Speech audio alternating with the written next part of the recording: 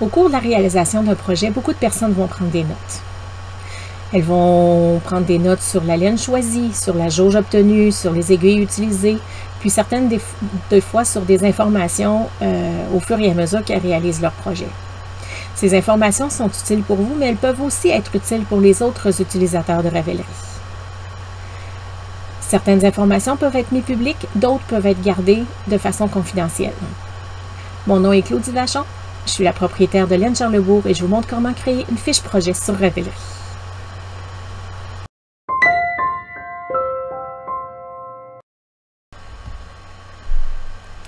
Il existe plusieurs façons de créer un nouveau projet. Là, je vous montre la façon que moi je préfère.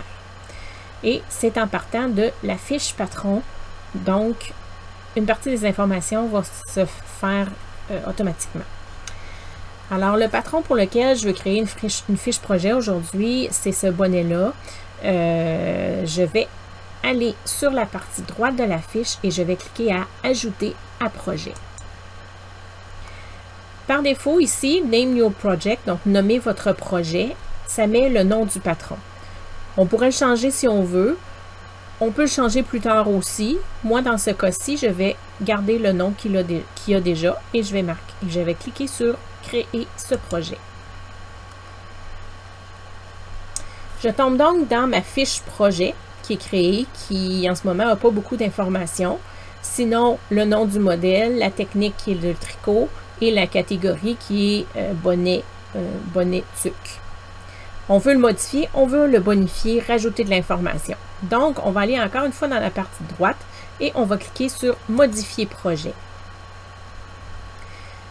Donc, le nom du projet, il est déjà marqué, donc je vais le laisser comme ça. Fait pour, vous pouvez marquer le nom de la personne pour qui vous l'avez fait, que ce soit vous-même ou que ce soit quelqu'un de votre famille. Moi, dans mon cas, c'était un échantillon pour la boutique. Link to Ravelry, moi, c'est pas quelque chose que je me sers normalement. Finish by, ça veut dire la date auquel vous avez terminé le projet. Moi, sincèrement, je me souviens pas c'est quelle date que j'ai fini le projet. Je me souviens pas non plus de la taille que j'ai réalisée. Là, moi, vu que c'était dans la boutique, pour montrer aux gens, là, c'était un petit peu moins important. Donc, la technique tricot, mais ça, vous avez vu tantôt, là, ces informations, on les a déjà, donc je ne repasserai pas là-dessus. Needles, ça veut dire les aiguilles qu'on a utilisées pour faire le projet. Donc, je vais ajouter une aiguille. Pour faire ce projet-là, j'ai utilisé des aiguilles 4,5 mm pour faire des côtes. J'ajoute une autre aiguille parce que j'ai aussi utilisé des 5 mm pour faire l'ensemble du bonnet. La jauge pour le travail, c'est la jauge mesurée et non pas la jauge demandée dans le projet. Alors, moi, ma jauge était de 18 mailles et 24 rangs pour 10 cm. Le patron que j'ai utilisé pour faire la jauge, c'est Stockinette Jersey. Donc, c'est vraiment du point endroit, tout simplement. Pour la laine et les fils utilisés, je vais d'abord marquer, inscrire la sorte de laine. Donc, moi, c'est de la Cascade 220. Je peux cliquer sur le petit lien ici, l'espèce de chaîne qu'on voit ici. Et ça va me faire des propositions. Parce que eux, dans leur base de données, ils ont déjà des laines d'inscrites. Donc, Cascade 220, moi, c'est la Wave que j'ai pris. Donc, je défile ici. Donc, voyez-vous, Cascade 220, Super Wash Wave. Donc, c'est bel et bien celle-là. Colorway, donc c'est la couleur. Alors, je vérifie sur mon étiquette. La couleur que moi, j'ai choisie, c'est la couleur 101 Woody. Closest Color, c'est ce qu'ils veulent savoir, c'est dans la réalité, c'est quoi la couleur qui se rapproche le plus de mon projet. Puis ils vous font déjà des propositions. Alors moi, c'est, attendez, noir, non, blue, green, green. Donc moi, ça se rapproche pas mal plus du vert. Dialot, bon, si on veut aller jusque-là, on peut mettre le numéro du lien. Là, ici, ça l'a déjà rempli là, le nombre de mètres, étant donné que je suis allée chercher le lien vers le produit. Ça m'a mis les informations sur le nombre de mètres qu'il y avait dans le projet et le nombre de grammes que j'avais sur ma balle. Par contre, il y aurait toujours moyen de le changer là, si jamais c'était nécessaire. Purchased at, ça veut dire où est-ce qu'on l'a acheté. Alors, moi, je l'ai acheté chez Laine Charlesbourg. Je clique ici pour le petit lien. Ah, il y a déjà une boutique qui a été créée dans Ravelry qui s'appelle Laine Charlesbourg. La date d'achat, je ne m'en souviens pas. Et le prix acheté, vous pouvez le mettre ou ne pas le mettre. Moi, j'aime mieux ne pas le mettre étant donné que le prix, ben, dans le temps, on sait, ça peut toujours changer. Si j'avais plus qu'une couleur ou plus qu'une laine dans mon projet, je pourrais cliquer ici sur Add Yarn pour rajouter une autre couleur.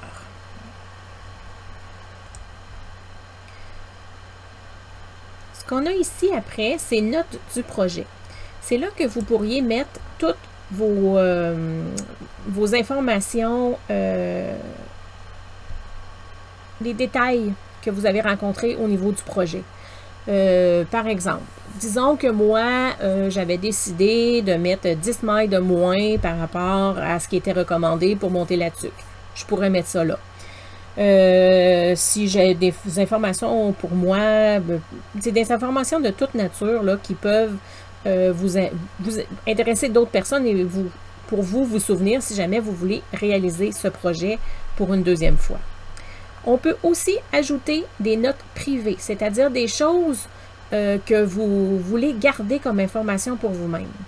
Par exemple, admettons que vous aviez fait un chandail puis que vous vouliez marquer les mensurations que vous aviez, sur lesquelles vous vous êtes basé pour faire votre chandail.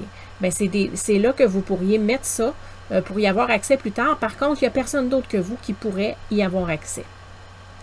Quand c'est fait, quand tout a été rempli, on clique sur Save Changes. Alors, ça sauvegarde les changements qu'on vient de faire. Là, elle est bien belle, notre fiche, mais ça serait fun d'y rajouter des photos. Alors, cette fois-ci, on va cliquer sur Ajouter des photos. Personnellement, j'ai fait des photos de mon projet et je vais aller les rechercher. Je vais faire Sélectionner Fichier et ça m'amène dans mes fichiers à moi. Donc, je vais aller les chercher là où je les avais sauvegardés. Alors, je les sélectionne. Je vais uploader, donc je vais la télécharger dans mon projet. Vous voyez, elle est en train de se télécharger. Donc, ma photo est là. J'en ai une deuxième photo, alors je vais aller chercher la deuxième aussi. Et voilà, je fais télécharger maintenant et elle se télécharge aussi. On va lui laisser une petite chance. Voilà, elle est arrivée. Je vais faire Finish with Photos. Alors, mes deux photos sont là.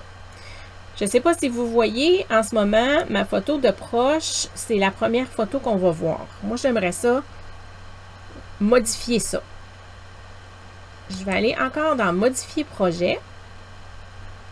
Add or Change Photos. Donc, ajouter ou changer les photos. Je vais juste prendre la première photo. Voyez-vous, je l'ai juste glissée pour la mettre avant et elle s'est placée au bon endroit. Je fais finir avec les photos. Alors, voyez-vous, ma photo principale maintenant, c'est ma petite tête de verre là, avec le mannequin sur la tête. Une autre chose qu'on peut remplir ici, c'est le statut du projet. Voyez-vous, en ce moment, c'est marqué que mon projet est in progress, donc il est en processus. Alors, dans mon cas ici, mon projet est terminé. Alors, je cliquerai sur terminer. On pourrait aussi le mettre sur hibernating, qui veut dire c'est un projet qui est en train d'hiberner. Donc, soit vous l'avez mis en punition à quelque part, ou soit c'est un projet sur lequel vous ne travaillez plus en ce moment. Vous pourriez dire aussi le projet il est frogged. Ça veut dire que c'est un projet que vous avez abandonné en cours de route et que vous avez décidé de défaire. Alors, dans mon cas ici, mon projet est terminé. Happiness, c'est mon niveau de plaisir que j'ai eu pour tricoter ce projet-là. Alors, on a un petit bonhomme pas content, un petit bonhomme moyen, neutre, content et très content. Alors, moi, j'étais très contente de faire ce projet-là. Les dates, comme je vous disais, de départ et de complétion du projet, je ne m'en souviens plus. Ici, ma note globale pour ce projet. Alors, ma note globale, moi, je donnerais une très bonne note. J'ai trouvé que le patron était bien, que le projet était agréable à faire. Ma note pour la clarté au niveau du patron, j'ai trouvé le patron parfait. J'ai eu aucune difficulté à le faire. Évaluation de la difficulté. Je le mettrai pas complètement à 0, piece of cake, là, ça veut dire un morceau de gâteau, parce qu'en fait, une personne qui est débutante pourrait avoir un petit peu de difficulté là, à faire les torsades. Donc, easy, disons que je vais le mettre à easy, facile. Alors, j'ai rentré mes informations. On voit ici les informations du fil que j'ai rentré tantôt. Alors, je fais encore une fois sauver les changements. Et voilà, mon projet est prêt. On a même un « Hurrah, c'est fini ». Quand je suis dans Ravelry, si je veux retourner au projet que j'ai créé, je vais encore une fois dans mon espace, projet, et ça me montre tous les projets que j'ai réalisés. Si je vais dans la fiche du modèle aujourd'hui,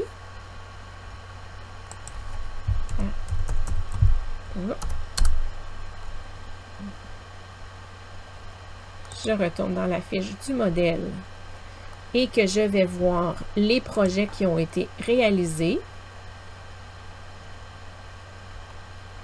Le mien, il n'est pas là encore.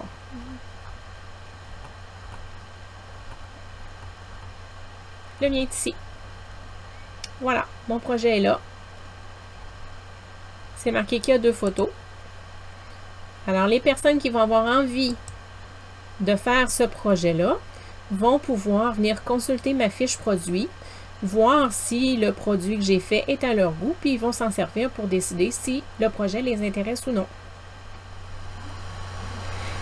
J'espère que ça vous a plu, j'espère que le petit vidéo vous a été utile. Si vous avez des questions, n'hésitez pas.